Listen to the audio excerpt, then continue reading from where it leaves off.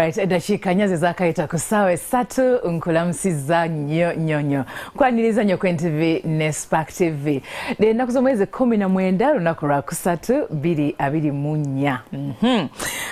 MwasuzeMutya bannange, yes, mbaniriza nnyo ku programu yaffe Engeri. Yes, olunaku olwaleero tugenda kutunuulira abantu ab'emisaayi emitabike, babayite abantu abalina different racial groups. Yeah. Abantu bano abamu ku mmwe oba abasinga ku mmwe mubayita abachotala. Yes, and bano abantu babeera ne mixed blood, all right? Tata ne mama bayinza okuba bayindi nga mama mu Uganda, tata muyindi, mama mu Pakistani, muzungu, whatever, and they are mixed with Ugandan blood.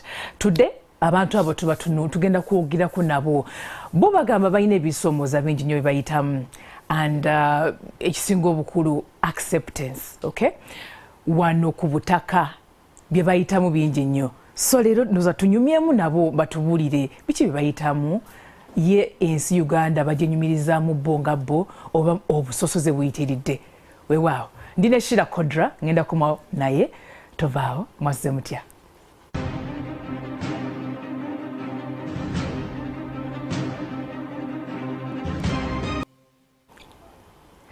Weewaawo, nziramu okwaniriza ku NTV ne Spark TV. Kansuubire nti muli bulungi, Mukama tumwebaza nnyo alukisiza olunaku olwaleero. Yes, ndine Shira Kodra era nga mukyotala, muwala muwombeefu bulungi. She's very smart, she looks amazing.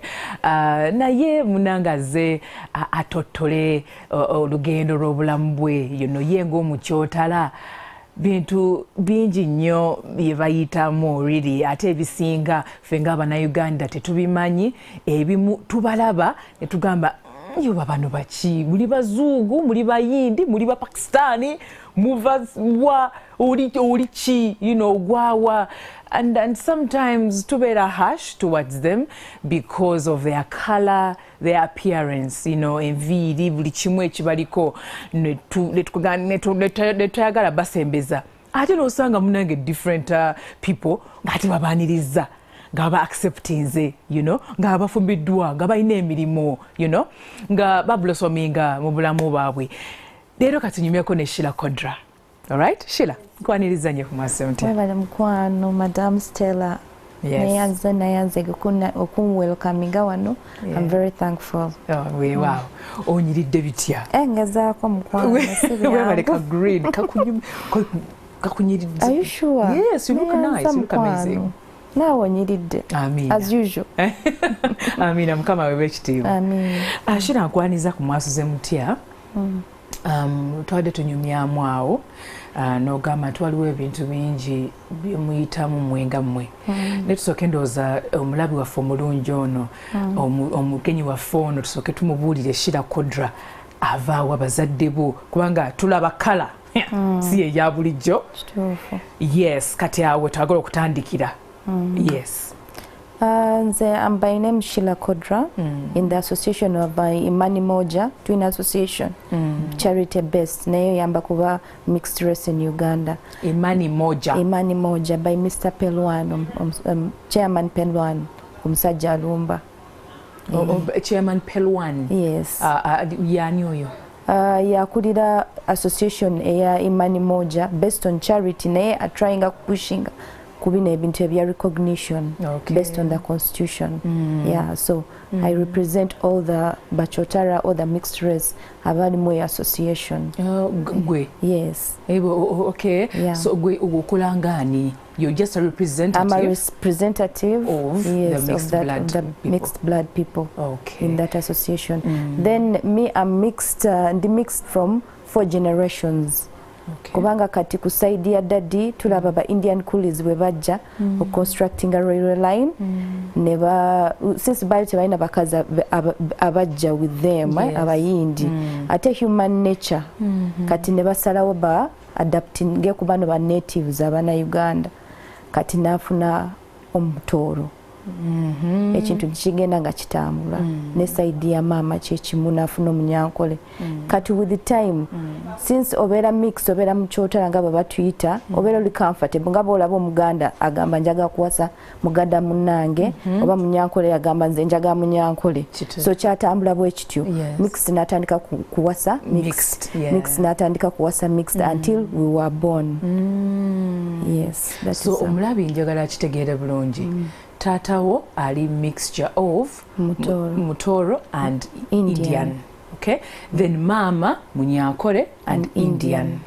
Then a generation before that emabegako great grandparents nabeera bali mixed. Yes. Okay. Yes. Kati bo bali kinaki great grandparents be basooka nga original muyindi afunye muna Uganda native. Okay, yes. Then nekitambula bano ba grandparents kati ne bewasa mixed na wasa mixed. Okay. That's why you see tata wange ali mixed Mutoro yafuna mixed Munyankole kituufu kubanga waliwo ekyali kibaleeta wamu nga community gathering ebintu ng'ebyo. Okay. Babazaala abaana bameka Sheila? Fe waka tuli 5 kids. 5. Yes. Era bonna tewali mudugavu like Ugandan oba mwenna muva? Fena tuva from the same mom and same dad. Oli mwana wakumeka? Ndi number 3. Number 3. Okay. Kakati awo mukukula mukuliddewa. Kasooke kuzireko emabegaawo. Yes, history wamwe omutegeera bulungi nnyo taata ne maama babagambako? Nedda kale oluusi nabo tebabitegeera bulungi kubanga tewali documentations nabo basangibwa bwe batyo omanyi mu family bakuzaddemu eno family ate bakututte kukulira awalala kati ebimu tebabimanyi bulungi. Yes, just babuuzaako bali abalinga effort n'amubuulira nti jjajjawo yali ono biki kati taata abazadde abamuzaala teyakulira awo yakulira mu family ndala so background eri very challenging. Yeah, it is. Okay, wano mukukula mukuliddewa. Have you ever seen grandparents bajjajjaabo abalabako? Tobalabangako? Sibalabangako when bifaananyi somewhere? Mu bifaananyi because when I was born baali bafudde Katonda nga bajjulidde so saafuna that time ey'okubalaba but my parents tukulidde Kasese. Okay. Yes, born and raised in Kasese. Daddy alina business e Kasese so that is where I've been raised. Daddy ne mama bona bali Kasese. Okay, kati ne Kampala? In Kampala just business twajja kusoma senior 1 senior 2 for better education. Yes. Yeah. Mukukula okulaba akaana akazuugu eviiri zonna z'amayengo nga kadduka oli okugula paani oba ekindaazi environment yali yityawo abantu babayisanga batya? It's buli muntu mu environment wabeeramu kusosola ekyo kyenyina okubuulira waliwo abaali welcoming nga bayinza okwogera naawe ne basharinga naawe naye abalala ng'olaba nti bawereza bu comments in sarcastic way.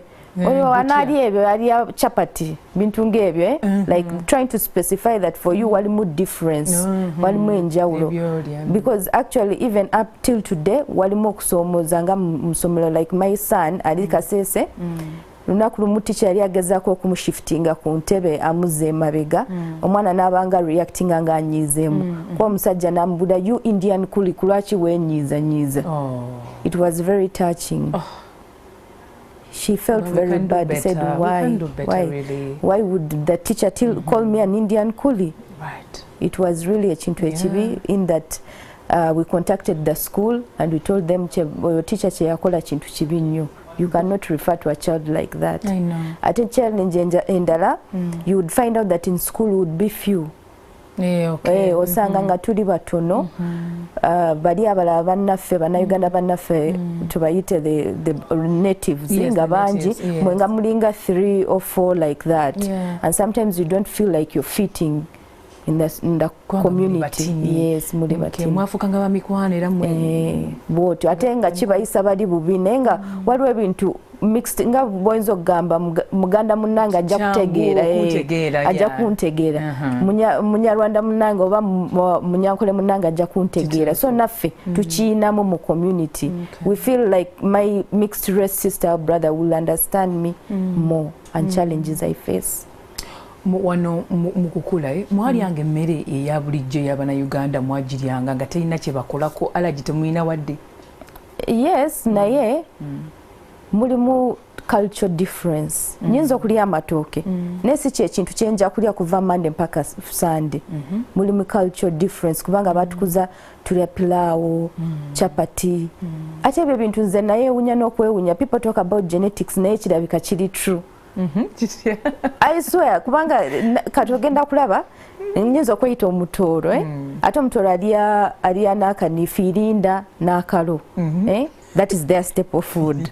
Firinda bafirinda sida nno oye kubutaka kwoli n'akalo naye nze nabwe neyita omutooro naye the fact that nti nyinamu omusaayi omutabuke sigenda kubeera nga ndyebo every day. Sometimes nja kuwulira njaga kulyako kachapati njaga kulya kapiraawo naweeba musiki nja kuwuliriza music w'Oluganda naye oluyindi bw'oluteekako twakulanga tulaba firimu za kiyindi ng'olowooza ate omuyindi tavudde nakani Bombay nange naye owunya naye ng'owulira oli comfortable to listen to Indian music there is a vibe it gives you so that is the cultural difference at home. Kati olulimi olwo mwaluwugira kuko olumanyi oluyindi nedda kulaba firimu era kulaba firimu nogamba patero yo musajja bagayita Sharukan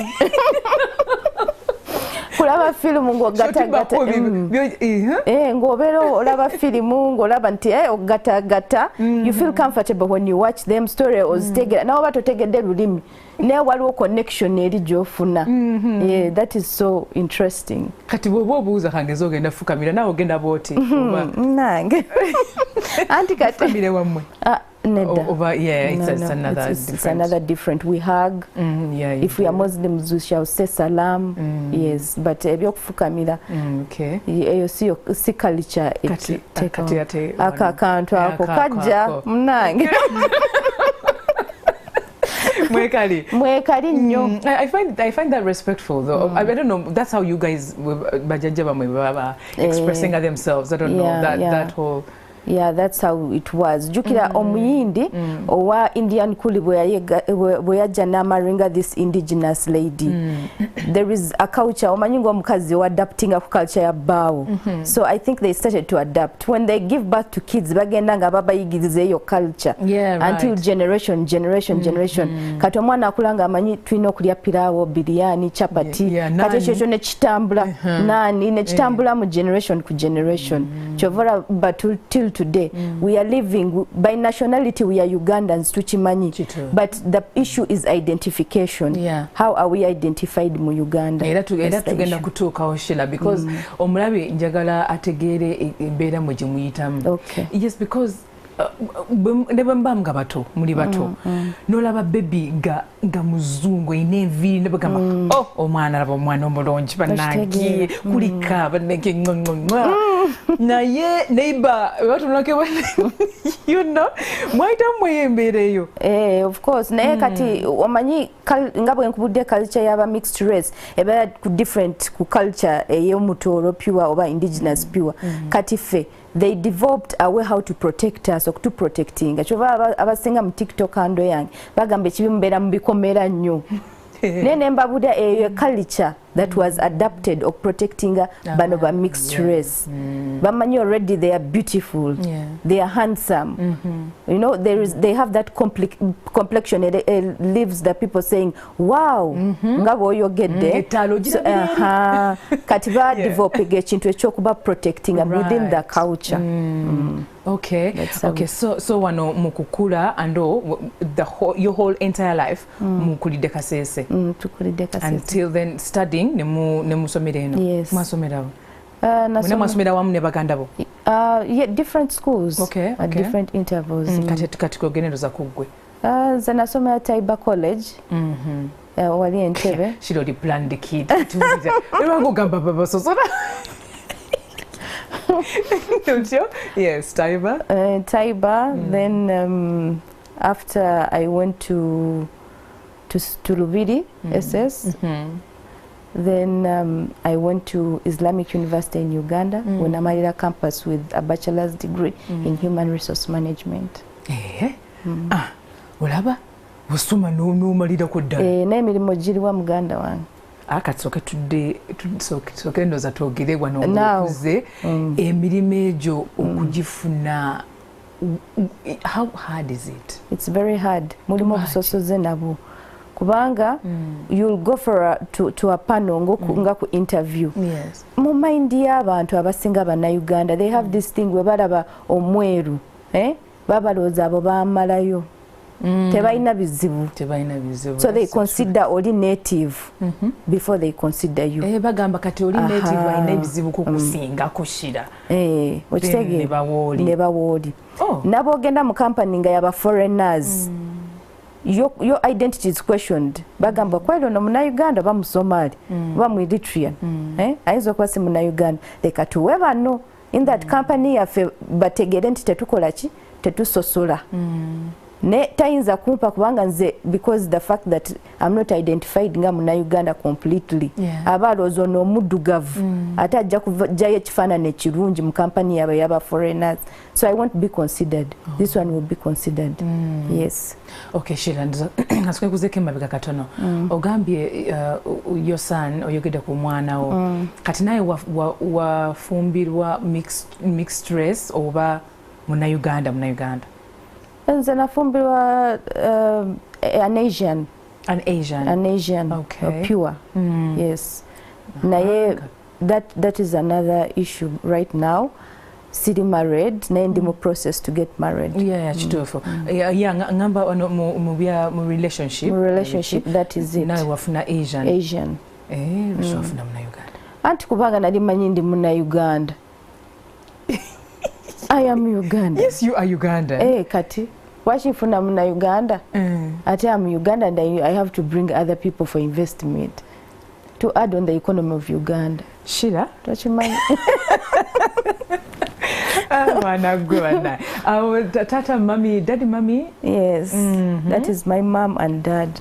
Abali makati. Musaizi. Nabo ba mixed race. Yes, ono uncle awonga tuli ku ssomero. Twasomera Kasese Equator. Okay. Bana mmwe. Olaba ndi bichane kirungi. Yes, oyo. Kutuye mwana ng'omusasola ko kimaze. Imagine. Wow. So ndoza soke tuddeko wano nga ogambye mu kukola. So right now buzibu kibolaba nga tukyati ku mirimu tunagenda eri wala challenges endala. Right now okola ki? Right now I'm doing a personal business, kudilinga cake bakery, bridal designing, ebintu ngebyo. Mbera ya kugatiriza, kuyiya. Yeah, but I do different things. Bridal cakes, birthday cakes. Yeah. Okay. Sheila, imubulamu bwo buno obwa bulijjo. Yes, ng'otambuza emirimu gye. Ekya bulijjo you move here and there. Are you allergic to anything omusana, gundi, your immune system? Kugamba kiri kitya because abantu wenawerezayo nti tugenda kuchaza Sheila kontra. Ebibuzi ebyazze banaye bafuluma kebweru batambula musana balirere bambala shades nga like bagala bategeera bulungi. Yes, of course omusana ogwo gwisa buli muntu bubi kiviira nabo abagwe bogenda musana oyinza okuwulira that different ways. Okitegera abachotala tubayite ba mixed race mu Uganda okweteeka mu bikomera nti kulwaki tebatambula because kidda wali they are not comfortable. Tebali comfortable, they don't feel comfortable in society. How they don't feel Rachi, kubanga you people look at how you're looking really. You look amazing and all. Confidence edi kumwe ba nedda fetuli beru tuli balungi so namwe nemwe skake bali oba society yekireta. It's both ways. Okay. It's both ways. Okay, Katinga you see the way omuntu ayinza okujja natandika gamba Sheila olabika bulungi. You paint a picture of a flower. ondaba ng'ekimuli okiraba which most nabo ogenda ku TikTok handle yange most reactions down there oba olaba mutuwasemu biki ebintu ng'ebyo ng'olaba they paint that picture of marriage always kiba kirabika nga sexual kind of relating to you. Yeah, they sexualize you because of the beauty you have. Which doesn't make us comfortable. So that means you fena tugenda kusomero. Yes, we go to school. We believe that we have the talent to add more to Uganda, but because the way the society depicts us, etuleta nafe kudda komabega withdraw.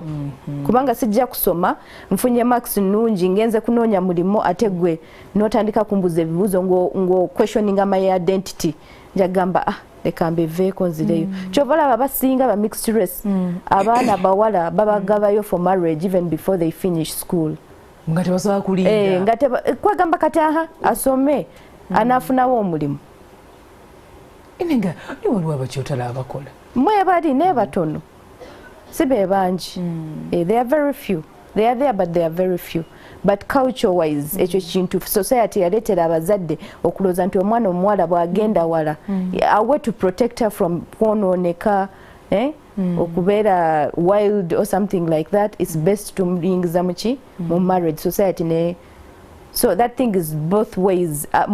The way the indigenous bwe batulaba ng'ebimuli bakyuse endowooza yaabo bategeera naffe tuli bantu. Walimu omukyotala omugagga omwavu era ng'omuntu wa bulijjo every day. So see us like that so that tuli comfortable. Wema nyingidde ng'omukyotala ali mu factory bakola mechanical what do not underlook nolaba nti oli tajja bisobola. They have that thing. Omukyotala anaabisobola anasitula anakola ki anabeera productive kikyaleta ku mmeeza atuwumulemu katono shira because tugenda ku bulamu katono nnyo tulina Shira Kodra twogera ku bulamu obw'abakyotala mu Uganda biki bye bayitamu and we are trying to understand them nabo nga bwe bategeera environment gye balimu. Tovaawo tukomawo.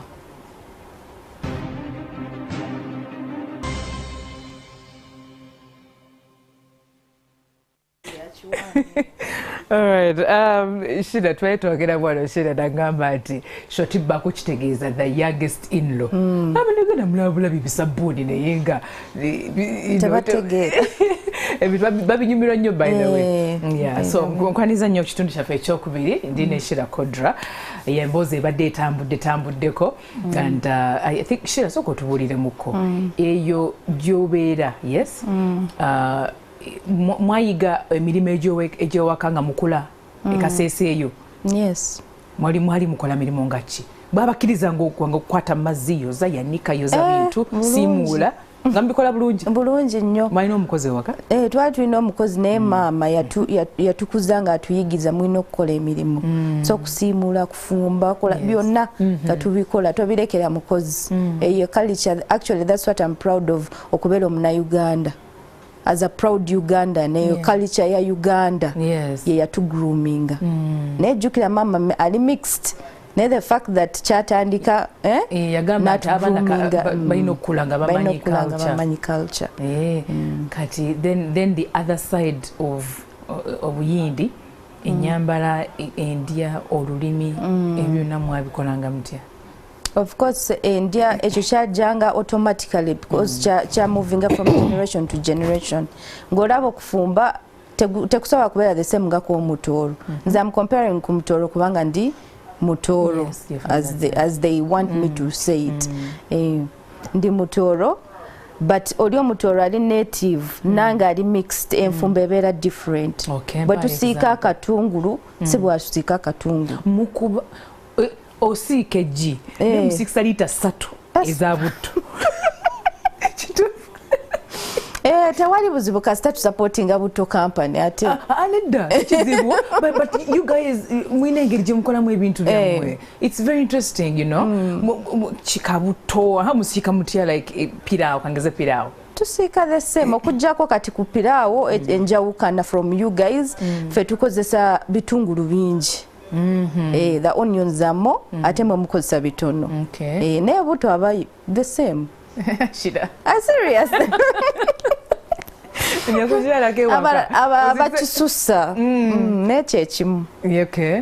Kati nfumba ki, like which other style of cooking? Kati tugeze nga ogambe nga waliwo snacks zetuyina which are not found this side nga mahamri, kalmati, chapati ezo enfumba yaffe style process gyokozesa okufumba chapati teringa eno endala eyammwe mujja kuzinga just muzinge obuwunga then osindike okole shape ya round naye kati ffe tulina process endala naffe tutuukemu kwa carrot akatungulu yes muteekamu mwakiteekamu kizungu naye ffe tetubikola eyaffe just oteekamu oil no mixinga n'amata noteekamu engano then eno process nga tona batuuka kusindika eri round shape kukanda kukola ka shape kali aka round waliwo process gyolina okusooka kuteeka mu buto nokola shape no rotating obwo obuwunga nobukola ekintu kye bayita peera omulidde peera then nomala no kati bw'osindika eri chapati ebeeramu ka design kano akebweta bwe kati round bwoti kati eyo ye difference chapati eringa akamuli okitegeera ogenda gikola bweti yonna nga muteekamu buto tuteekamu buto okay kati wano mukujira ebeera too soft kati types za chapati nazo tuyina ziri different kuzammwe kati ate zirimu oluyindi mulimu eyo chapati eri mu buto netali mu buto yenani yeyo yenani gyowulira njagala yasukka banaye kukiwali nokoza bwoti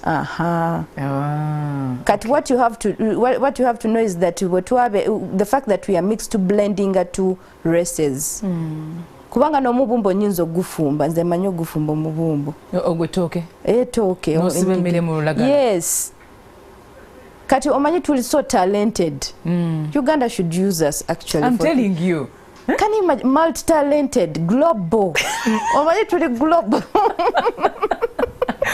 ngenda kuba global word yes gomanyi okusiba ettooke noteekako akawoowo kana akasoka n'akeno side yes noteekako n'omuceera waggulu omuceere oba lumonde oba muwogo yes byonna twabiyigira waka lumonde mu side ne muwogo n'osiba ettooke yes noliteeka ku sigiri kuki bulungi nnyo ku sigiri si ku gaasi ku sigiri ayino bana maiko ogambe nti ogw'omuntu ogenda mumenya gaasi agweri ekigo but that's good so mmere kyendala enganda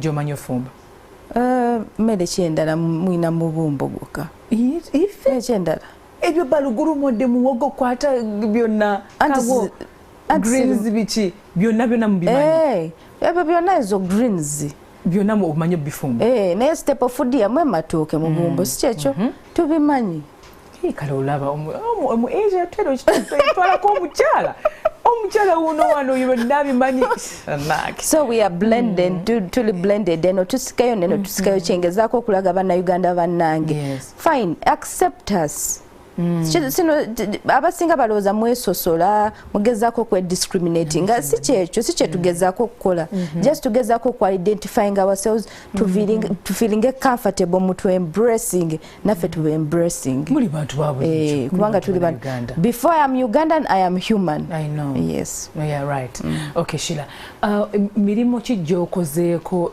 kugamba mu society nekulaba nga as if either tobijaamu tulina bikola or something like that kubanga nzijukira one time I was trying to hustle there's a time I was still hustling nga nfumbayo snacks nga njaga ntandikewo business ya snacks kubanga byemanyi chapati mandazi sambusa bwotyo kati bwenalaba abantu balina eyo business mu arcades neŋamba if those people can do it nze neerabanga munauganda at that moment I can also do the same job okay kati nenfumba netandika kubeera nga ntambuza mu arcades abamu bakyanzijukira ofuna basket nga bwobalaba bano abatambuza as usual breakfast time nga nzija nga ntambuza chapati mandazi naye nafuna okusomozebwa bwe nategeera nti those people don't see us as Ugandans kubanga buli muntu reaction yali namwe mukola egyo emirimu twali tulooza mwina ssente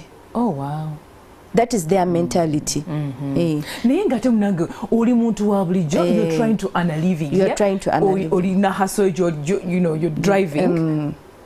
Because if a Muganda, a native, ayinza okufuna akaka basket n'akatambuza mu arcades ne bamuwa sente ne bamugulako, kulwaki nze yeeyita Munnayuganda, mmwe mugamba ndi Munnayuganda, bwe ngendayo kulwaki mumpa ezo comments okulaga nti nze why would I do that job? It doesn't look good for me. Kulwa kala. Shira omwana omulungi nga gwotambuza bundazi. Shira emirimu egyo lwaki togivaamu? Bagulanga nga bavuma oba tebagulanga nakugula? Bagulanga naye ng'olaba basooka kuwayo ka comment.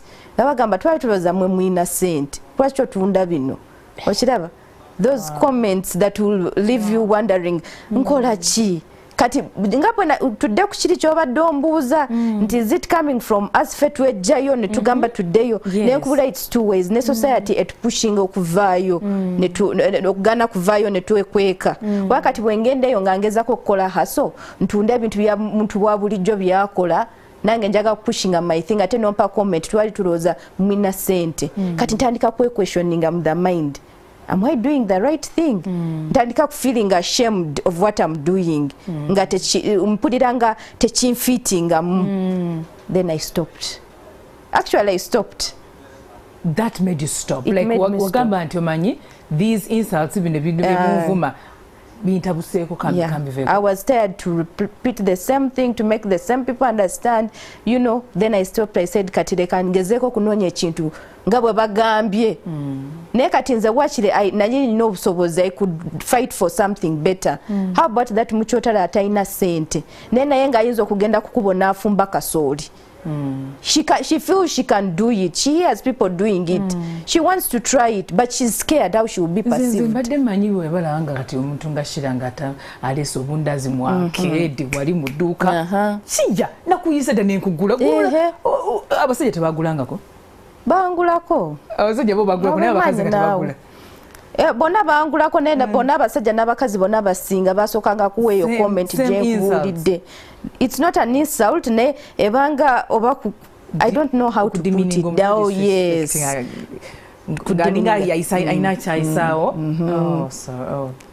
To belittle you a little bit. Yeah, that is the issue I faced. Tubadde mu kabreak n'ongamba engeri gye bakwanamu abachotala si engeri gye bakwanamu omukyalo omulala. Yes. Babukwana batya?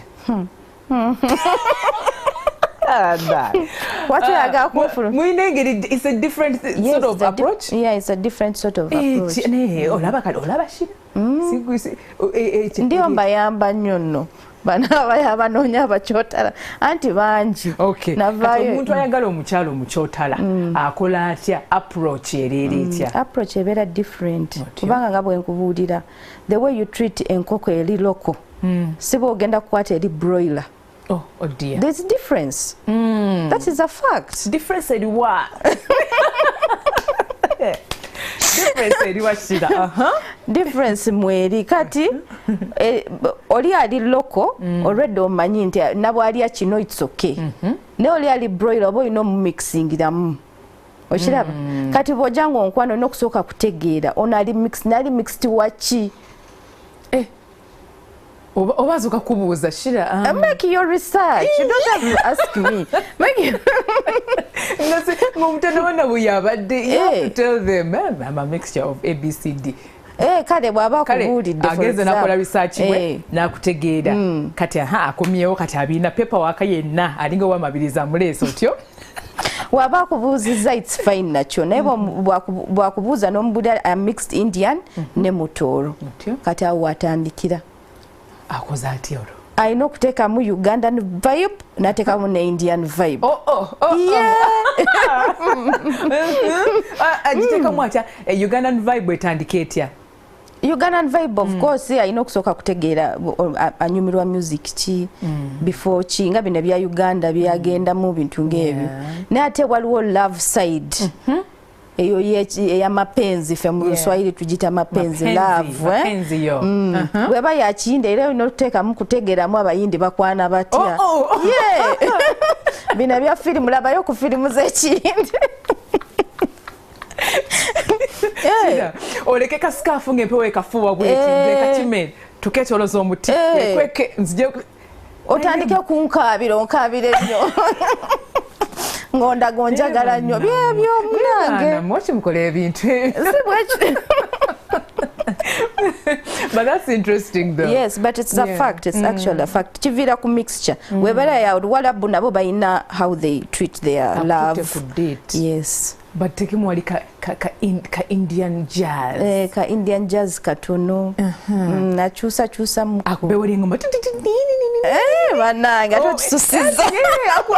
Gumanyi effort omuntu gy'ateeka bunga gadde omukyala. Effort ne love gyamulaga. Togenda kufuna mukyotala n'olowooza nti ogenda mutreatinga ng'ono pure. Obogola bubogozi. Fe ebyo tetubisobola. Olaba enkoko ya broiler yinza okufa oba togirabiridde. Yes, efa bufa bulijjo. Yes. So olina omukwata with care sinti byakwewano bakine ekituufu factor waliwo ebintu ebimu tetwetaaga na kubyogera kubidipetingako. Omukyalo ono omukyotala yagala bamukwate batya? Bamukwate mpola mpola. Like ng'ekyatika like talk to her. Mulage nkubulidde ojjayo culture eri ojjayo neno culture omixinge togenda mutwala tomubulira fusiba omubumbo everyday omumenya ajja kukoowa akuviire kala baise ngabambejja. No, her culture. Every woman has to be treated as mumbeja. Ochitegera every woman no matter which culture. Ochitegera. Neka no just ingezako kubudi anti culture ino kusika yeno neno. Toja kuleta mchotala mubudira buli jonja ga kulya mubumbu. Aja kuwulira bimutamye akuviire. Ne sometimes now adapting ku pirawo, adapting ku chapati, ne love gy'omulaga.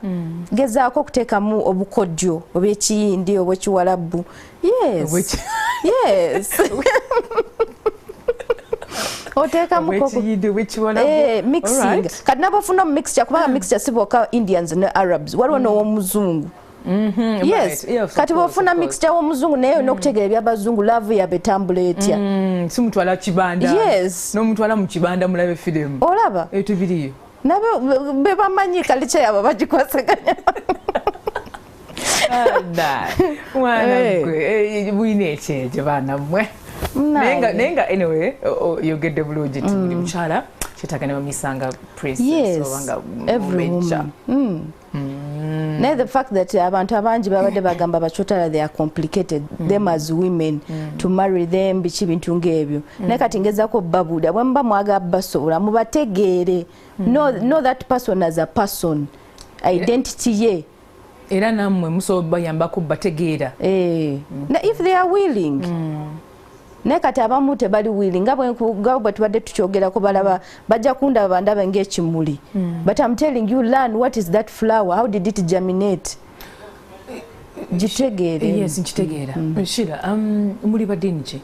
And is a Muslim. Okay. Nindoza abasinga baba abasiramu abasinga abachotala they are Muslims. But there are some who are Christians.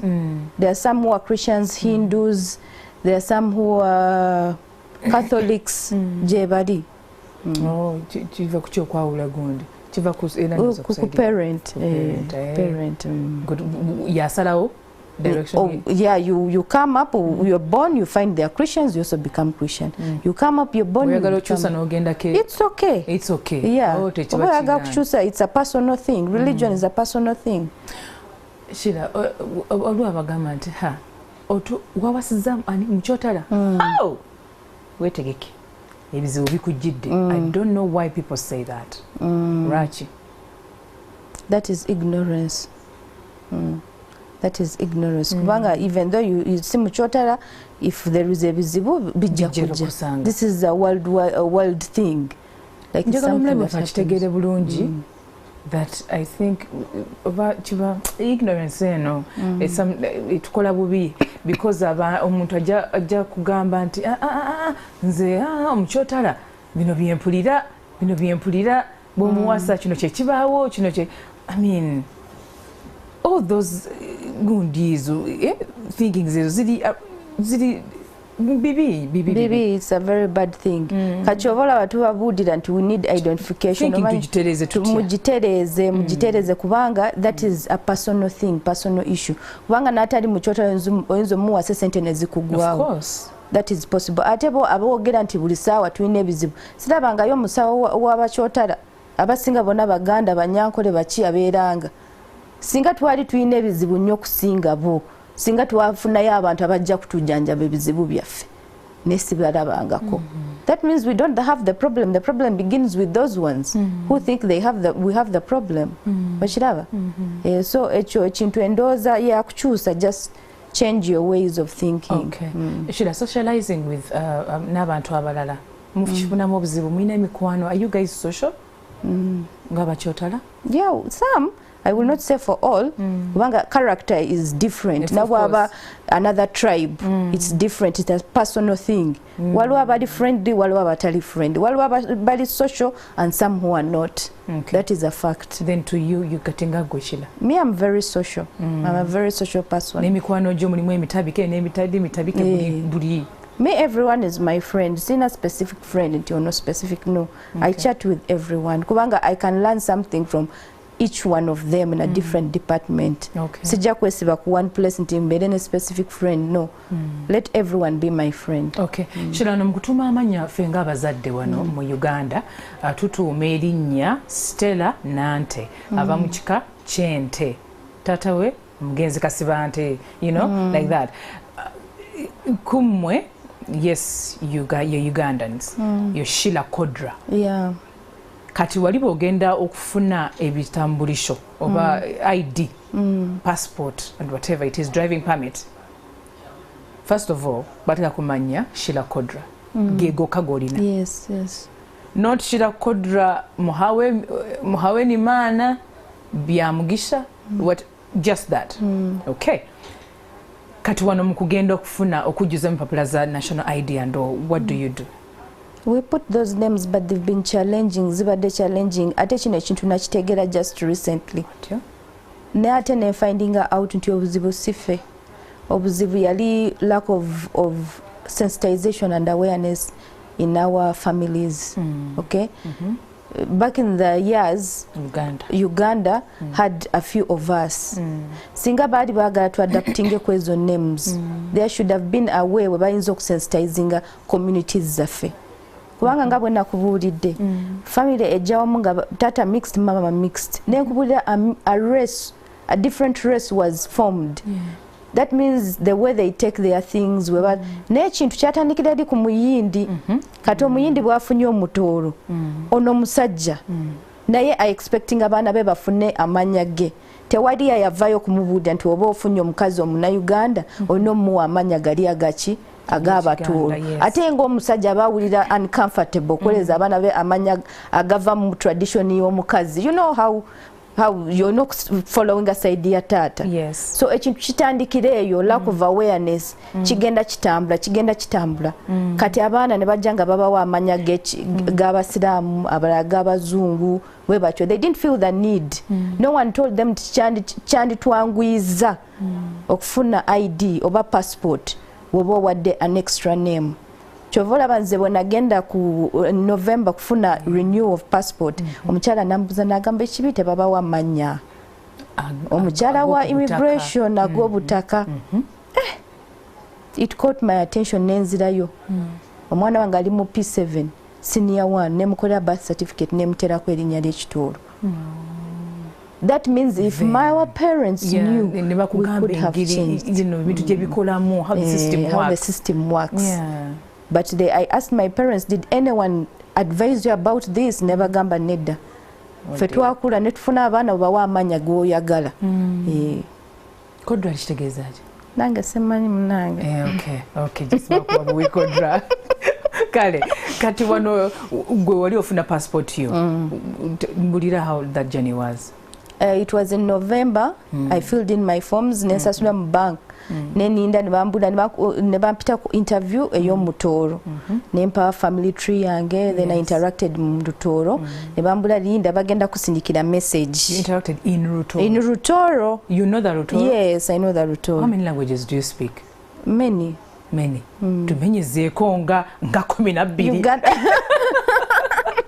okay eza Uganda leka nkwemeza Uganda otyo Rutoro Runyankore Luganda fluently yes Rutoro Runyankore Luganda yes then I know Kiswahili yes of course I know Kiswahili I know Rukonjo because I stay in Kasese but a little bit sinyo munda nemba talented gende menya Rukonjo omuliro mwana gwe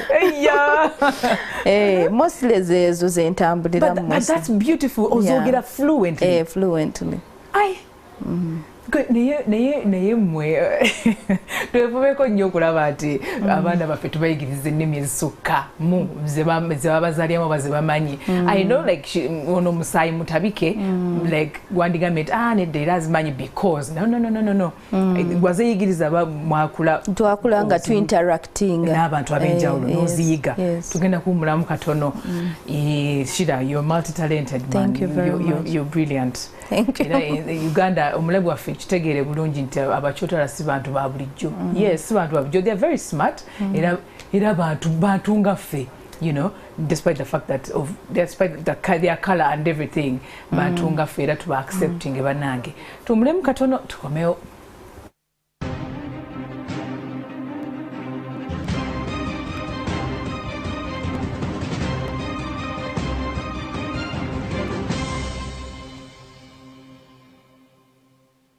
Alright, nkwaniza nnyo ku kitundu kyaffe ekyokusatu dakiika emyaka yakaita ku ssaawa 4 ez'okumakya oli ku MwasuzeMutya YouTube ne Facebook mwebale nnyo bakwano okubanga nti mulaba program nga muli eyo masimu gammwe ku kompyuta zammwe mukola omulimu gw'amaanyi nnyo Rosform tweyanziza nnyo okubanga we are partners in this yes mbuzi ya leero it's a very interesting one.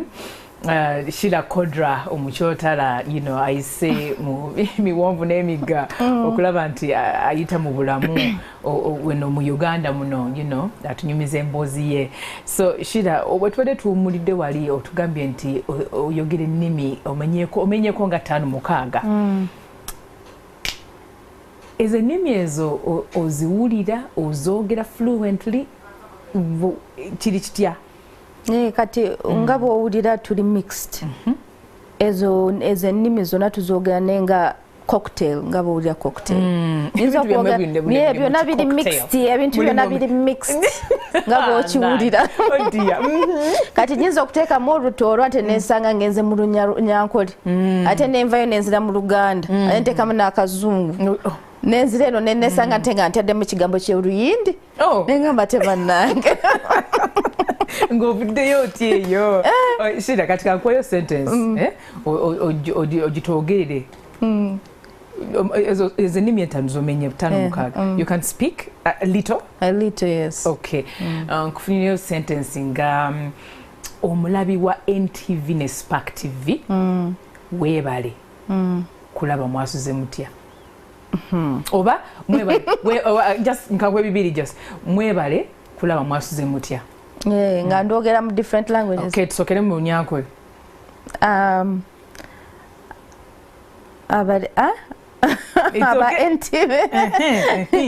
aba NTV mwebale nedda ekyo kiri complicated gezaako sentence endala okay njagala kulya mmere ninyenda kulya ebyokuli okay utyo that is Rutoro Runyankole Runyankole ninyenda okulya emmere oba ebyokulya ninyenda kulya so olaba bw'oyibulira kali ak'Olutooro ak'Olunyankole mulimu ate mixinze tekiri perfect kyendiyongezako kubuulira the fact that tuyiga ennimi nyingi twesanga kati abachotala mulina language ng'onugamba Abaganda tulina Oluganda abachotala tulina kati Oluchotala abachotala mulina mixture language cocktail languages so most bachotala actually bamanye ennimi nyingi yes bamanye ennimi nyingi that is one of the things that we are happy about tumanye ennimi nyingi we can fit in society yeah kituufu kale tuddeyo wali ku Nira yes bakugamba tambula ng'Omuganda oba ti kati nira kubanga nze nagifunira Kasese and my family that time twali tuzifunira the places we've grown up from abo tewali challenge munira that time okufuna ID kubanga bamanyi taatawo abadde wano for long bamanyi muna Uganda ne kati challenges aba mixed race bazifuna wano kukololo bwaba tagenze eri gye bamuzaalira oba gyakulidde bwajja kololo era baagala document eraga nti muna Uganda. What made you a Ugandan? Which tribe mixed with the foreign tribe to make you a Ugandan? They need that documentation. So wali ofunira omwana wo obuzibwa busangawa?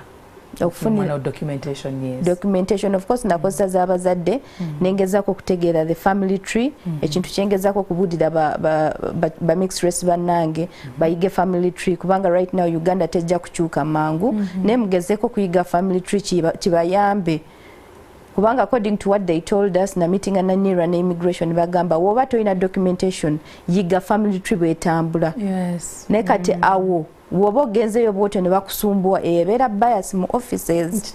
Yes. Oh, okay. So wano mu renewing your passport and twafuna buzibu bwonna? Anti nafuna obuzibu bwaviira ku passport ku renewing. Yes. In November I put in my application, I paid for the passport.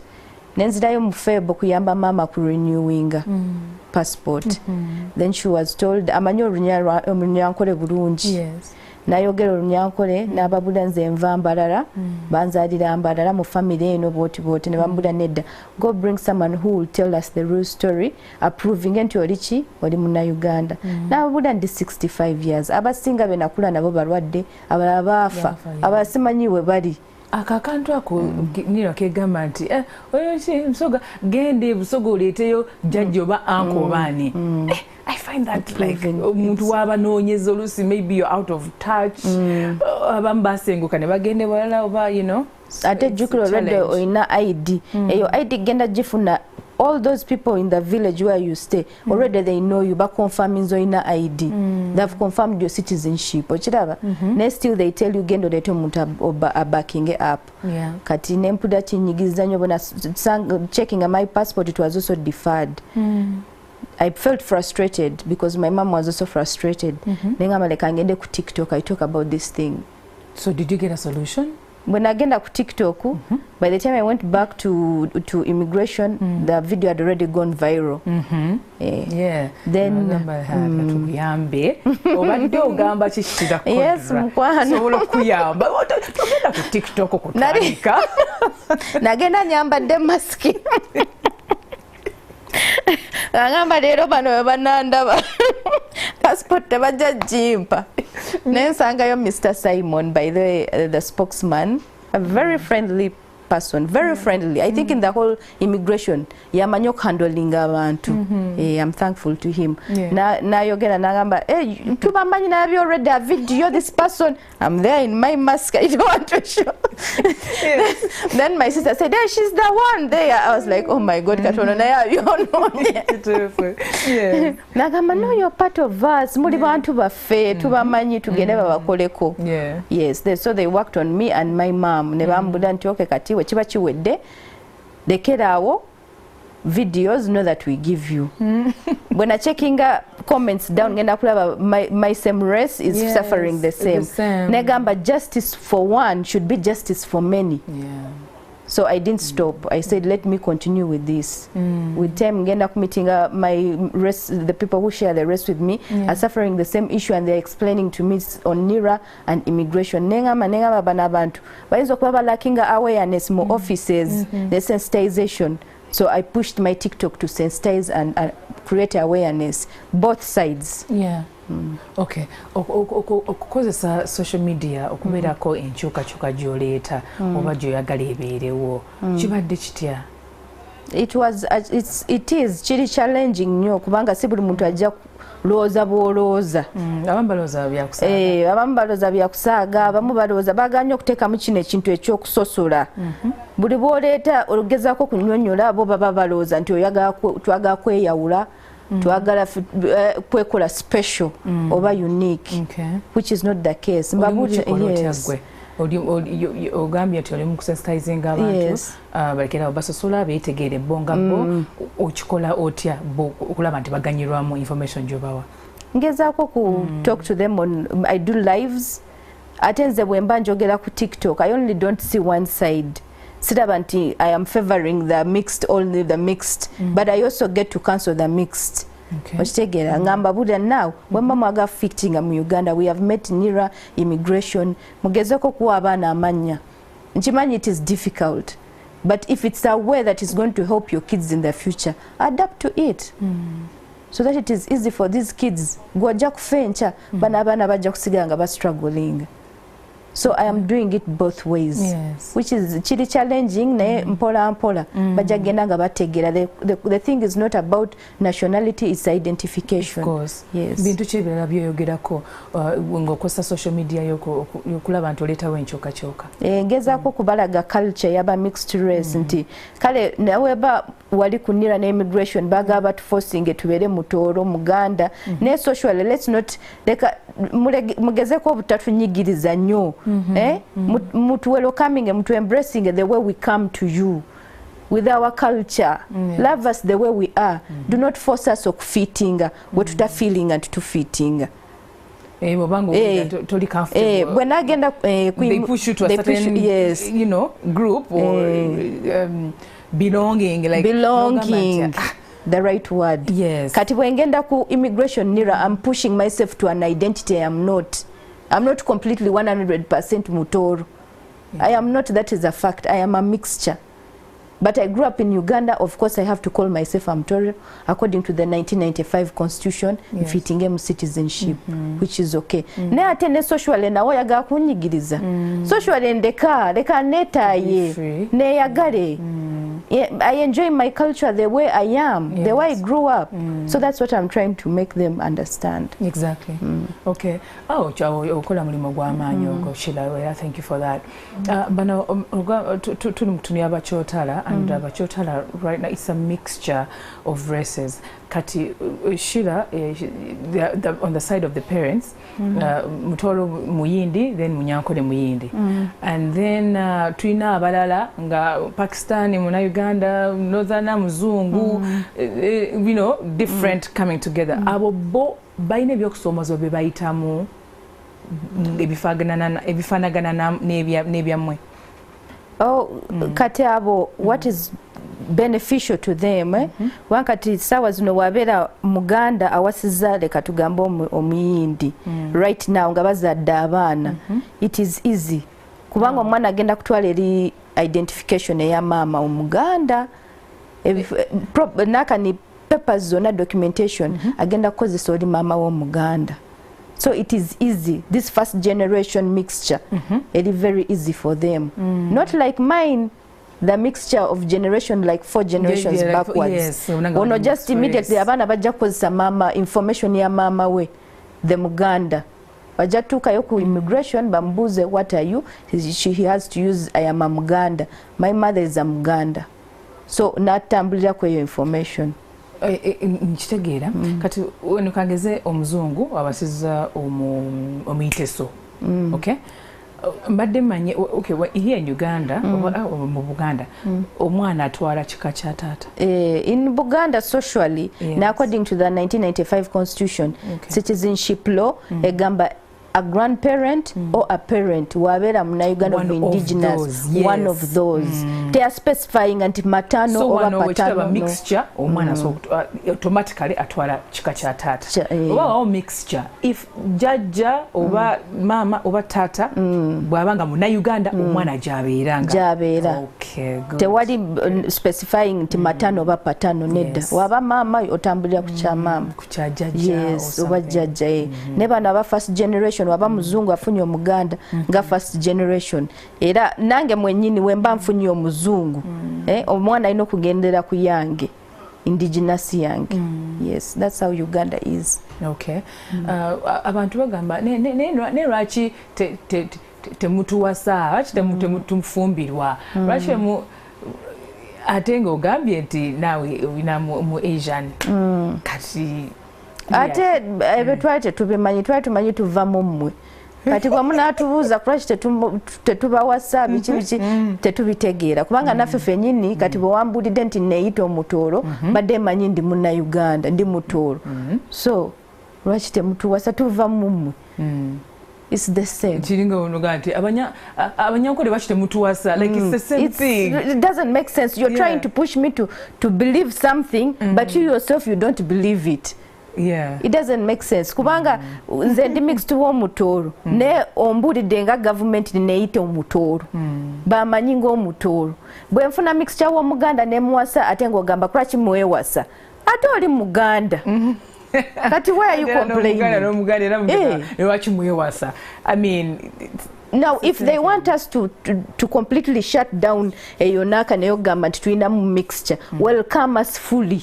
Tekikuluma nti bwe nfuna mu mixture w'omuganda kubanga olwedde wagambye neeyite ki mutoolo kati bwe nfuna mixture w'omutoolo kimanyisa oli naye w'omuganda kimanyisa oli naye muganda tali mixed naye ate you confuse us we are confused. You're confusing us. We're even getting more confused. Which one is which? Hey, we don't understand where we belong. Kubanga this side we do not belong. This side we don't. We are in the middle. Yes. Kubanga chintu olaba in different countries. Nga South Africa baba specifying. Bano ba coloureds, bano ba zungu, then bano ba indigenous, ba natives. Yes. In America, webali, these are the African Americans, bano ba Americans, bamanyi gyebali. That's why they could even get a president from the mixed race. Yes. Nesa was no we simbewo, tosobola kuyitamu. Okujjako 40, balinayo minister ali of mixed race, which is not around this on the city and other platforms. Okay. There is a question of identity. Okay. All right. Where you get the constitution? Omulabi wa famulungi mutegeze ko constitution kyegamba about mixed races and and all that. Chibanyonyole kuba kitegeera. Constitution in citizenship constitution it specifies us but it doesn't identify us. So bwe twagenda kunira ne immigration okwogeramu neno issue ya mixed race kulwaki batusumbwa they told us issue is the constitution 1995 constitution yaba enclosing. You are not like identified well in the constitution. So our issue is bigger than we can it's an issue of the constitution. Nebagamba ffe tugendera ku mitendera constitution gye yateekawo that if you have a parent or a grandparent ali indigenous then you're qualifying to become what? A Ugandan. Kati kimanyisa when this constitution was being put in place in their mind teba including this race. Simanyi oba baali busy oba ki oba just it got out of their or maybe there were very many things to deal with which could be understandable. I understand. But it is time. When it is time, it is time. So I was requesting abali in charge of the constitution. Yes. They come together and see how they can push this thing. Minister of Internal Affairs, Minister of Culture and Gender. Yes. The USA, that one to deal with the culture and in in the country. But jewamu, bategere how can they handle this situation? Because today it's me, tomorrow it's someone else. But till when shall we be crying? If something needs attention, deal with it now. Do not close your ears, do not close your eyes. Listen and think. Ate tebathinkinga simanyi kwewa yawula oba ki gezeko okukiroza ku broader perspective and a perspective that I am human before I'm Ugandan. Government or oba abakulembeze betulina nga onogamba nti waliwo group ey'abantu abali vulnerable waliwo group ey'abantu bebasosola mwe abakulembeze mwagala kugamba batekewo babayambe batya okubeera nga you people feel like now okay tuli bana Uganda batukkiriza we are accepted we are loved and bakikole batya? First of all balina okusooka finding a way how to identify us mu constitution kubanga constitution kyekintu kyotasobola kyusa just easily oba to be against it oba okukiboola but once we just talk on platform netukolanga complaints ekyo kintu kiyinza okukyuka anytime even though the president changes oba kiki oba waliwo change kikyuka naye twetaaga a way forward we tuyinza okufittinga mu constitution we be recognized ne rights zaffe zibeere recognized kubanga when I met NIRA and immigration which was very welcoming Mr. Simon was welcoming and Madam Rosemary I'm thankful to them and the one who connected me was Professor Maggie Kigozi who I am thankful to. Bavuddeyo ne balaba eno nsonga. But all of them when we went to the meetings they were telling us constitution yekola ki yeba binding. There is nothing we can do. Now the only issue that here on table when you go to immigration and NIRA is that the people in the offices sometimes by a bias. And they are different thinking, sometimes to funa challenges in those offices. They use that because they said that advantage that we are not identified in the constitution. Okutunyigiriza eyo challenge evira constitution. But if it can be revised to finding out how we can fit in that constitution, we shall be very thankful. Bosinkanako n'abantu abalinga gwe because mukyala Dr. Maggie Kigozi naye she's from a mixed race and all. Bwoba onyumyako naye, what do you think? For she was okay. She was accepted in the community, and for her it was based on something that she adopted too.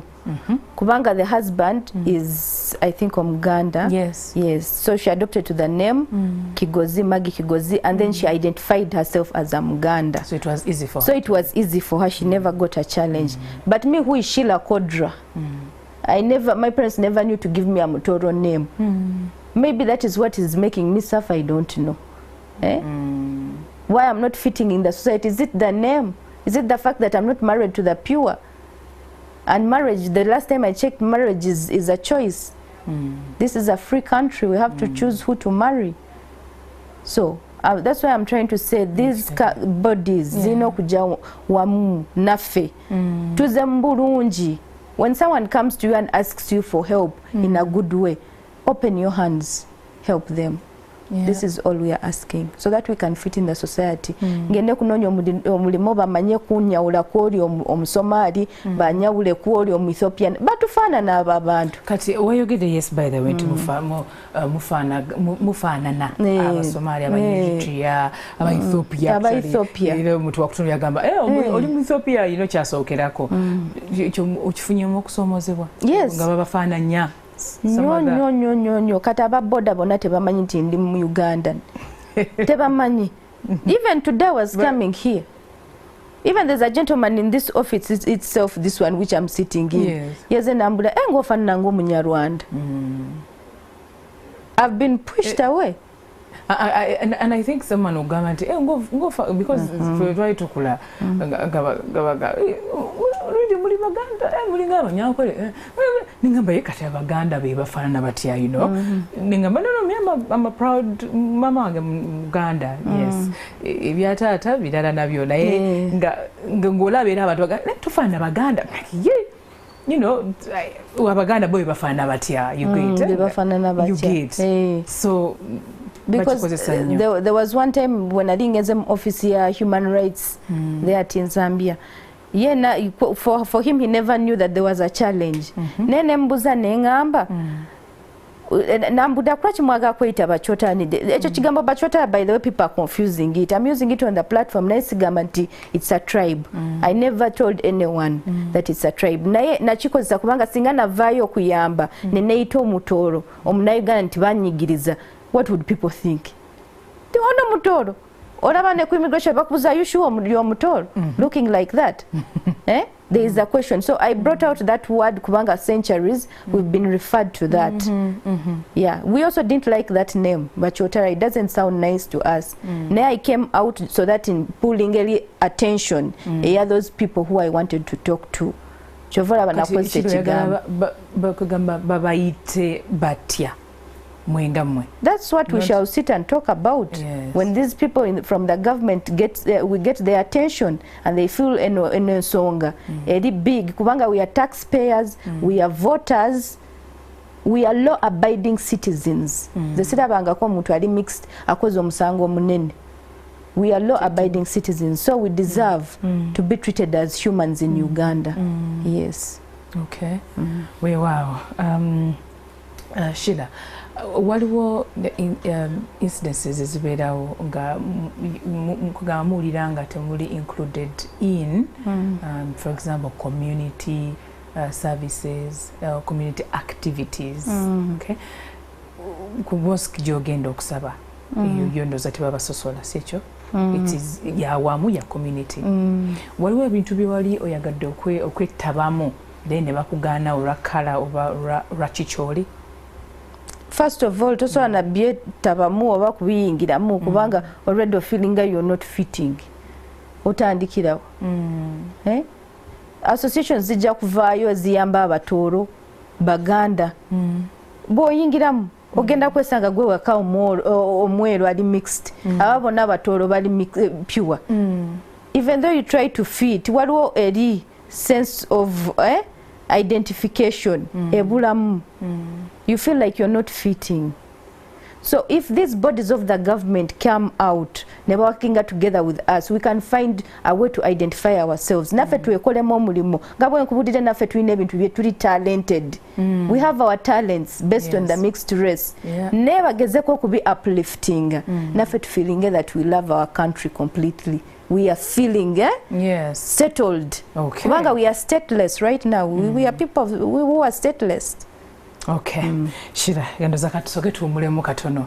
Ogambye muli bantu, mulina talanta z'enjawulo, muli skilled, muli musomye, mulina kyemuleeta ku mmeeza. Government n'abantu ababulijjo baba accepting, babakkirize kugamba. But the question is, tulinde bakulembeze, tulinde abantu beba batukkiriza okubeera kyetwagala okubeera, oba ffe tugamba let us take the bull by the horns and then we say kino kyetuli and tetugenda okubeera oba mwagala temwagala. Sometimes you can push too much. Gwe shida kale nkuvuga speed tutandikirawo nga tukomye out of